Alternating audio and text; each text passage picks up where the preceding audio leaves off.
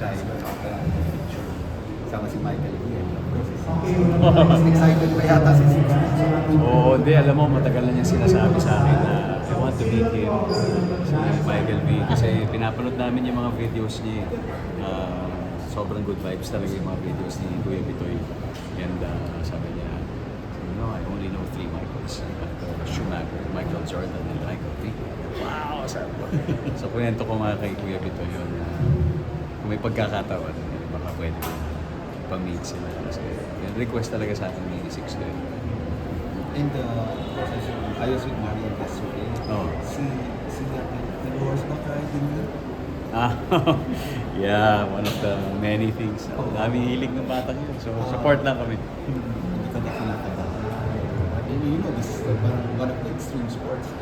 Yeah, ano naman, of course, lahat naman ay with caution. So, yun naman. Nandito kami nakaalalay kami parati sa gusto niya. At the same time, sinisiguro namin na may mag-iingat talaga sa lahat ng ginagawa niya. And recently, linawin ko na lang din, throw in ko na, first recently, you were clarifying yung doon sa, would you care to comment on that? Oh, yun na. Ano yun eh. I just clarified it. So, it is what it is. Yun na yun.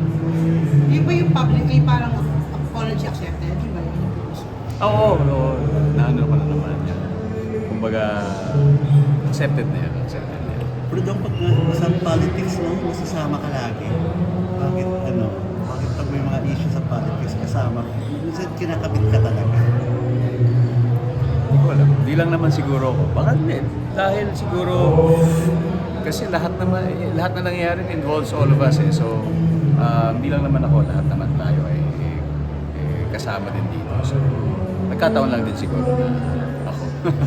Bilang artist at saka nararamdaman mo rin yung AI, yung parang nag-encroach na sa rights ng mga artista, ng mga makers, artists. Ay, hindi yun. Mas malala pa dun.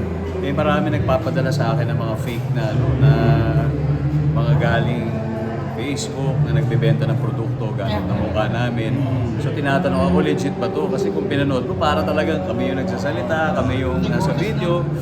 So talagang nakakatakot. So minsan talagang yung mga tao, sasamantalahin nila yung paggamit ng ganitong technology para sa kanilang gain na hindi naman tama kasi parang pag-aabuso na yun ng mga tools na ito.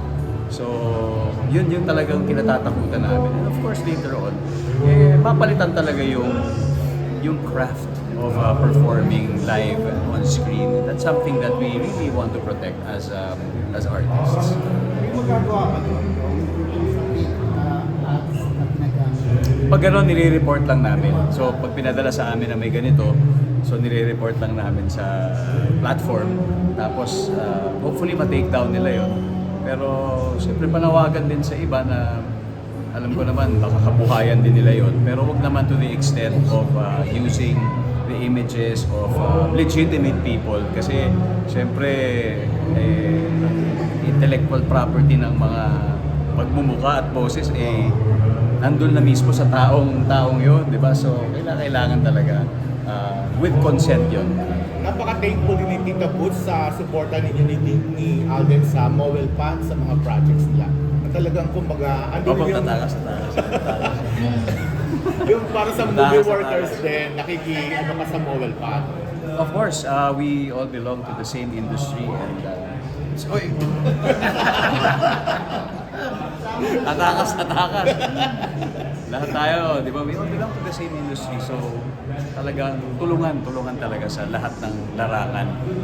Mapa sa side ng actor or side ng mga directors, sa side ng mga creative. So, ang maganda dahil yung Mowel Fund nandiyan para talaga tulungan lahat, hindi lang isang specific side. Message lang doon sa 40th anniversary na ng EDSA Revolution.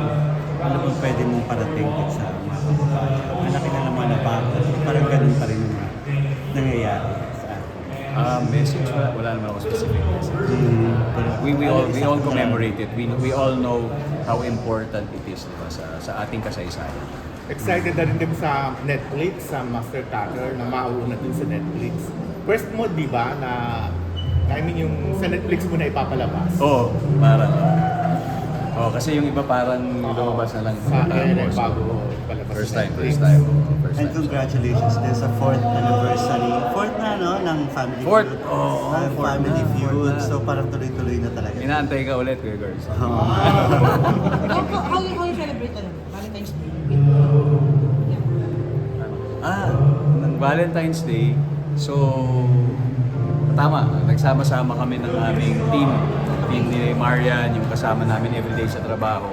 So, sinelebrate namin kasama sila. Para, di lang kami dalawa, marami kaming katit nun. So, masaya siya. Sa flowers na nag-give ka ba siya? Ano lang, konting karaoke, ganun, konting kain-kain, ganun. So, kasama namin yung... Kung sino yung everyday kasi minsan hindi...